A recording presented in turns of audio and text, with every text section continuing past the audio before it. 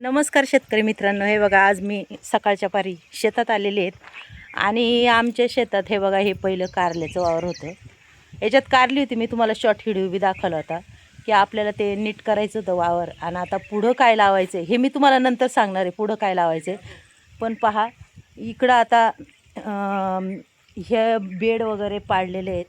Bed पाडताना भेसळ ढोस हे संपूर्ण टाकलेले, कोंबड खत बी टाकलेले. आणि आत्ता पुन्हा हे बघा मुक्त गोठ्यातलं शेणखत हे माझा मुलगा पूर्ण टाकून देतो त्या बेडवर. हे बघा अशा पद्धतीने प्रत्येक बेडवर ह्या गोणी अशा वतीत न्यायच्यात, पाहू शकता तुम्ही. आणि अक्षरशः अशी पावडर तयार आहे याची, पूर्ण ह्या शेणखताची पूर्ण पावडर आहे पहा. आणि तो आता टाकायचं काम करतोय. मग आपण काय लावणार आहे याच्यात हे तर मी तुम्हाला नंतर सांगणार आहे पहा मैत्रिणी. त्याच्यानंतर पाहू शकता आपण इथं मी तुम्हाला मुक्त गोठ्यातलं खत हे कसं असतं हे सुद्धा दाखवते. म्हणतात ना आपल्याला ज्यावेळेस काही करायचं असलं तर त्याची खूप मेहनत घ्यायला लागती. मग पाहू शकता इथं ट्रॅक्टरमध्ये संपूर्ण अशा गोणी भरून आणल्यात. आणि हे बघा हे मुक्त गोठ्यातलं खत आहे पहा. अक्षरशः एकदम पीठ झालेलं आहे. आणि कसं आहे, मुक्त गोठ्यातलं खत म्हणजे आपल्या गाया तिथंच हाकतात मुततात. आणि ते खत बी एवढं प्युअर होतं आहे, तुम्हाला काय सांगू, एवढं पॉवरफुल खत असतं हे. पाहू शकता इथं संपूर्ण ट्रॅक्टरमध्ये हे खत आणलेलं आहे आम्ही. आता एवढं हे पुरतं का नाही सांगता येत नाही, पण अजून आणायला लागेल. म्हणजे पहा ह्या शेताची बी किती मेहनत घ्यायला लागती.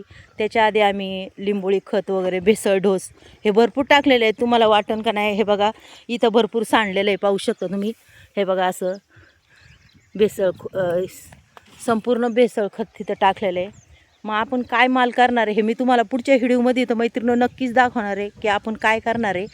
मग आत्ता ह्या वावराची पहा लावायच्या आधी किती निगा करायला लागतील, किती डोस सोडायला लागतात हे खतं वगैरे, भरपूर खतं आणि मेहनत बी खूप आहे. त्याच्यानंतर हे बघा आता हे संपूर्ण शेणखत टाकून झालं की आम्ही हे पूर्ण असे पाईप हे एका कडेला ठेवलेले आहेत आम्ही, कारण की आम्हाला पुन्हा टाकायचे होते. हे ठिबकचे पाईप पुन्हा आम्ही याच्यावर आथरून घेणार आहे. आणि हे ठिबकचे पाईप आथरल्यावर मग त्याच्यावर मल्चिंग कागद येणार. मग पहा मित्रांनो, ही छोटासा व्हिडिओ तुम्हाला कसा वाटला शेतकरी मित्रांनो, नक्कीच तुम्ही मला सांगू शकता की कसं वाटलं तुम्हाला. मी आताही तुम्हाला पहिली सुरुवात सांगितलेली आहे की आता माल लावायच्या आधी आपली सुरुवात कशी असती कशी नाही, कोणते खत टाकतात, कोणती सालपिठं टाकतात, हे संपूर्ण मी तुम्हाला सांगितलेलं आहे. लिंबोळी खत वगैरे हे संपूर्ण मिक्स डोस म्हणतात ना, भेसळ डोस हे टाकून दिलेले आहे ट्रॅक्टरनेच. आणि असे मस्त असे बेड पाडलेले पहा. पण माल लावायच्या वेळेस ज्यावेळेस आपल्याला काय करायचं आहे त्यावेळेस मी तुम्हाला नक्कीच सांगणार आहे की आपल्याला याच्यात काय लावणार आहे. आणि ते सुद्धा मी तुम्हाला दाखवणार आहे पुढच्या व्हिडिओमध्ये. नक्कीच बघा.